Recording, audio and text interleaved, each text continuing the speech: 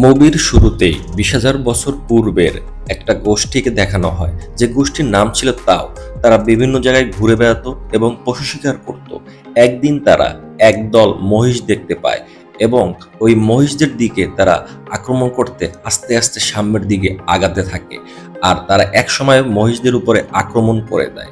কিন্তু এই দলের মধ্যে দলপতির ছেলে কেডা ছিল। সে প্রথমবারের মতো শিকার এসেছে। সে একটা বন্য মহিষ দেখে ভয়ে পালিয়ে যাচ্ছিল, আর ওই মহিষটা তাকে ধাক্কা দিয়ে উপরের দিকে ফেলে দেয়। আর কিছুক্ষণ পর ওই মহিষটা সিংহের সাথে নিয়ে তাকে পাহাড়ের কিনারায় চলে যায়। তখন ওই দলের দলপতি ওই মহিষটার গায়ে একটা বল্লম ছুঁড়ে মারে, কিন্তু তাতেও কোনো কাজ হয় না। ওই মহিষটা তাকে নিয়ে পাহাড় থেকে ফেলে দেয়। এসব দেখে সবাই ভয় পেয়ে যায়, আর সবাই কিরাকে বাঁচানোর জন্য ওই পাহাড়ের কিনারার দিকে চলে আসে। দলপতি এসে কিরাকে দেখতে পায় সে একটা পাথরের সাথে ঝুলে আছে। কিছুটা ভাগ্য তার সহায় ছিল। কিছুক্ষণ পর ওই পাথরটার টুকরোটা ভেঙে যায় এবং সে সেখান থেকে নিচে পড়ে যায়। তার ভাগ্য আবারও তার সহায় হয়। সে একটা পাথরের সাথে বাড়ি খেয়ে পাহাড়ের একটা পাদদেশে গিয়ে আটকে যায় এবং অজ্ঞান হয়ে যায়। কিরার বাবা তাকে বাঁচানোর জন্য সেখানে ঝাঁপ দিতে চায়, কিন্তু দলের অন্য সবাই তাকে বোঝায় এত উপর থেকে কেউ নিচে পড়ে গেলে তার বাঁচার সম্ভাবনা খুবই কম। কিন্তু তারপরও কিরার বাবা সন্ধ্যা পর্যন্ত তার জন্য অপেক্ষা করে, কিন্তু কোনোভাবেই কেডার জ্ঞান ফিরছিল না। তখন সবাই মনে করে কেডা মারা গেছে, আর কেডার স্মৃতির উদ্দেশ্যে ৩টা পাথর রেখে তারা সেখান থেকে চলে যায়। অপরদিকে দেখানো হয় কেডা সেখানে অজ্ঞান অবস্থায় এখনো পড়েছিল। তার উপর দিয়ে কিছু শগুন উড়ে যাচ্ছিল। শকুনরা তাকে মৃত ভেবে তার গায়ের উপর এসে পড়ে এবং তার শরীরে একটা কামড় দেয়। এর ফলে কেডার জ্ঞান ফিরে আসে। সে শগুনটার গলা ধরে তাকে নিচে ফেলে দেয়। অপরদিকে সে সেখানে নিজেকে দেখে সে ভয় পেয়ে যায় এবং চিৎকার চেঁচামেচি করতে থাকে। সে তখন বুঝতে পারে তাকে এখানে সাহায্য করার জন্য কেউই নেই। তখন সে প্ল্যান করে আস্তে আস্তে করে পাহাড় ধরে উপরের দিকে উঠতে চায়, কিন্তু সে কিছু দূর উপরে উঠতে পারে, এতে কোনো কাজ হয় না। তখনই সেখানে মুষলধারে বৃষ্টি হয়। বৃষ্টির ফলে সে নিচের দিকে তাকিয়ে দেখে ওই পাহাড়ের খাদের কিনারায় প্রচুর পরিমাণে পানি জমতে থাকে। সে আস্তে আস্তে ওই পানির পরিমাপ মাপতে থাকে। সে একসময় বুঝতে পারে তাকে যদি বাঁচতে হয় তাহলে পাহাড়ের খাদে জমা পানির মধ্যে তাকে লাফ দিতে হবে, এবং অবশেষে সেখান থেকে সে লাফ দেয়। পরের দিন সকালবেলা কেডার যখন জ্ঞান ফিরে, তখন সে নিজেকে নদীর পাড়ে আবিষ্কার করে। কিন্তু এত উঁচু থেকে লাফ দেওয়ার ফলে তার পাও সমস্ত পরিমাণ অবশ হয়ে যায় এবং পা কিছু অংশ ভেঙে যায় এবং ফুলে ওঠে। সে সাহস করে ওই ভাঙা পাওকে পাথরের মধ্যে রেখে একটু নাড়াচাড়া করে। এর ফলে সে একটু সুবিধা পায়। অবশেষে সে ওই ভাঙা পায়ের সাথে একটা লাঠি বেঁধে সে উপরের দিকে আসতে থাকে। যেখান থেকে সে পড়ে গিয়েছিল সেখানে সে চলে আসে। এসে দেখে তার স্মৃতিতে কিছু পাথর রাখা আছে। এসব দেখে সে খুবই কষ্ট পায় এবং চিৎকার করতে থাকে। হঠাৎ করে সে কিছু আওয়াজ শুনতে পায়। সে পিছনের দিকে তাকিয়ে দেখে একদল নেকড়ে তার দিকে এগিয়ে আসছে। আর এই নেকড়ের হাত থেকে বাঁচার জন্য সে দৌড় দিয়ে একটি গাছের উপরে ওঠে, কিন্তু একটা নেকড়ে তার পা কামড়িয়ে ধরে। সে নেকড়ের হাত থেকে বাঁচার জন্য তার হাতের অস্ত্র দিয়ে নেকড়েটার উপরে আক্রমণ করে। এতে নেকড়েটা সেখানে আহত হয়ে পড়ে থাকে, কিন্তু বাকি নেকড়েগুলো তাকে আক্রমণ করার জন্য নিচে দাঁড়িয়ে থাকে। এভাবে রাত হয়ে যায়। সে মনে মনে ভাবে নেকড়ে হাত থেকে বাঁচার জন্য আজকে রাত্রে তাকে কাছেই থাকতে হবে। পরের দিন সকালবেলা তার যখন ঘুম ভাঙে, তখন সে দেখতে পারে বাকি নেকড়েগুলো চলে গেছে, কিন্তু ওই আহত নেকড়েটা সেখানে পড়ে আছে। এরপরে তার চাকু দিয়ে সে একটা অস্ত্র বানায়, কারণ নেকড়েটাকে যদি সে মেরে না ফেলে তাহলে ওই নেকড়েটা তার কোনো ক্ষতি করতে পারে। এরপরে সে আস্তে আস্তে গাছ থেকে নিচে নেমে আসে। যখনই সে নেকড়ের কাছে এসে নেকড়ের চোখের দিকে তাকায় এবং ওই নেকড়েটাকে মারতে যায়, তখনই আহত নেকড়েটার প্রতি তার মায়া হয়। সে নেকড়েটাকে আর না মেরে নেকড়ের মুখ বেঁধে সেখান থেকে সে নেকড়েটাকে নিয়ে সামনের দিকে আগাতে থাকে। এভাবে অনেক দূর যাওয়ার পরে সন্ধ্যা হয়ে যায় এবং তারা একটা পাহাড়ের গুহায় আশ্রয় নেয়। সেখান থেকে সে কিছু গাছগাছড়ার ওষুধ নিয়ে তার পায়ের চিকিৎসা করে এবং পানি পান করে। এসব দেখে নেকড়েটা তার মুখের বাঁধন খুলে ফেলে এবং তার দিকে তাকিয়ে থাকে। কেডা এসব দেখে একটু ভয় পায়। সে ভয়ে ভয়ে পানির পাত্রে একটু পানি নিয়ে নেকড়ের সামনে নিয়ে দেয়। আর কিছুক্ষণ পর ওই নেকড়েটা ভদ্র কুকুরের মতো ওই পানি পান করতে থাকে।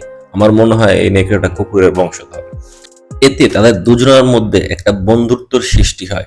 অবশেষে সে ওই নেকড়ের ক্ষত জায়গায় ওষুধ লাগিয়ে দেয়। এভাবেই তারা ওই গুহার মধ্যে রাত্রিটা কাটিয়ে দেয়।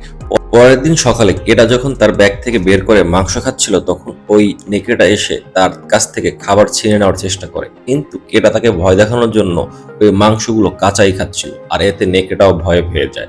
এভাবে সে খাবার খেতে থাকে রাত্রি পর্যন্ত, কারণ সে দুদিন ধরে কিছুই খাচ্ছিল না। রাত্রিবেলা নেকড়ের জন্য তার মায়া হয় এবং এবং নেকড়েটাকে এক টুকরা মাংস দেয়। মাংস দেওয়ার ফলে নেকড়েটা চুপচাপ ওই মাংস খেতে থাকে কুকুরের মতো। এভাবেই ওই গুহার মধ্যে কেডার বেশ কয়েকদিন কেটে যায়। হঠাৎ করে একদিন রাত্রেবেলা কেডা যখন তার হাতের টেটু দেখতে পায়, তখনই তার বাড়ির কথা মনে পড়ে। সে মনে মনে ভাবে কালকে সকালেই সে তার বাড়ির উদ্দেশ্যে রওনা দিবে। পরের দিন সকালবেলা কেডা যখন বাড়ির উদ্দেশ্যে রওনা দেয়, তখন নেকড়েটাকে বলে, তুমি তোমার পরিবারের কাছে ফিরে যাও, আমি আমার পরিবারের কাছে ফিরে যাচ্ছি। এ বলে সে সামনের দিকে আগাতে থাকে।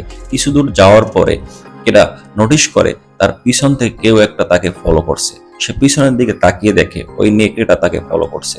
তখনই সে একটা লাঠি ছুঁড়ে মারে ওই নেকড়েটার দিকে, কিন্তু নেকড়েটা ভয় পাওয়ার বদলে ওই লাঠিটা নিয়ে তার হাতে তুলে দেয় এবং সে তার পিছু পিছু হাঁটতে থাকে।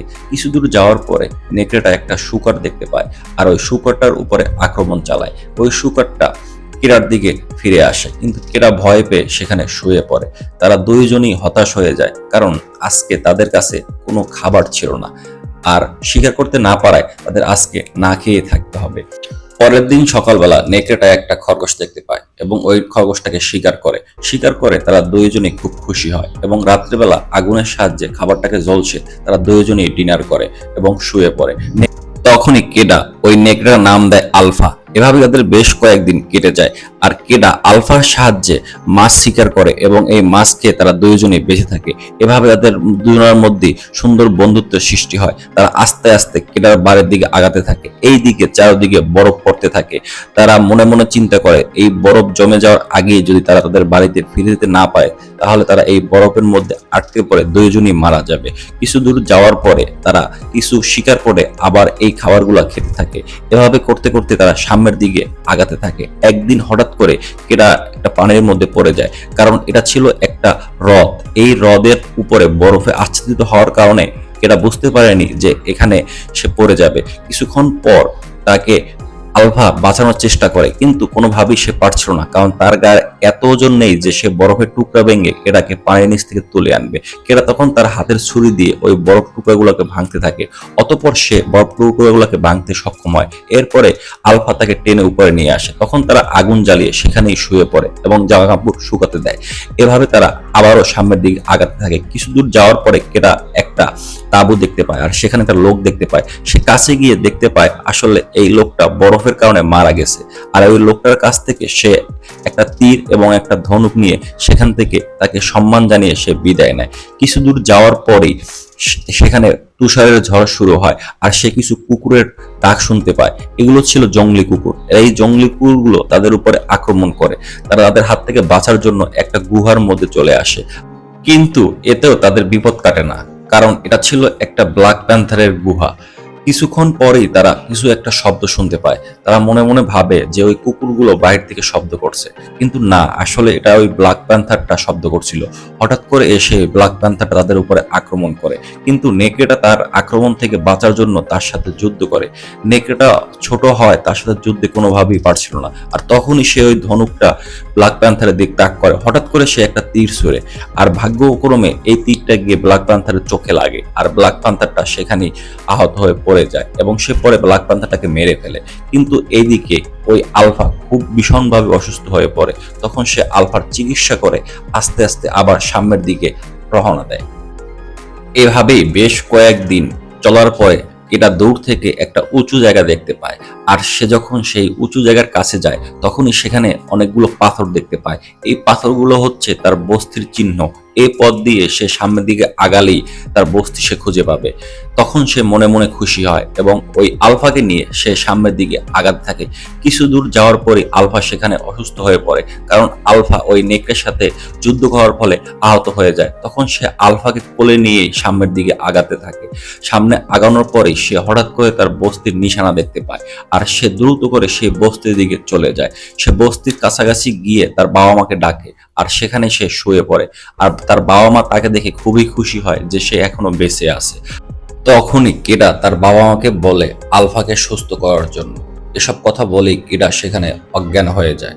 কিছুক্ষণ পরে কিরা যখন জ্ঞান ফেরে তখন সে পাশের দিকে তাকিয়ে দেখে আলফাও তার পাশে শুয়ে আছে। তারা সবাই চিকিৎসা করছে আর একটা মহিলা তাকে ছোট্ট একটা বাচ্চা দেখায়। এটা হচ্ছে আলফার বাচ্চা।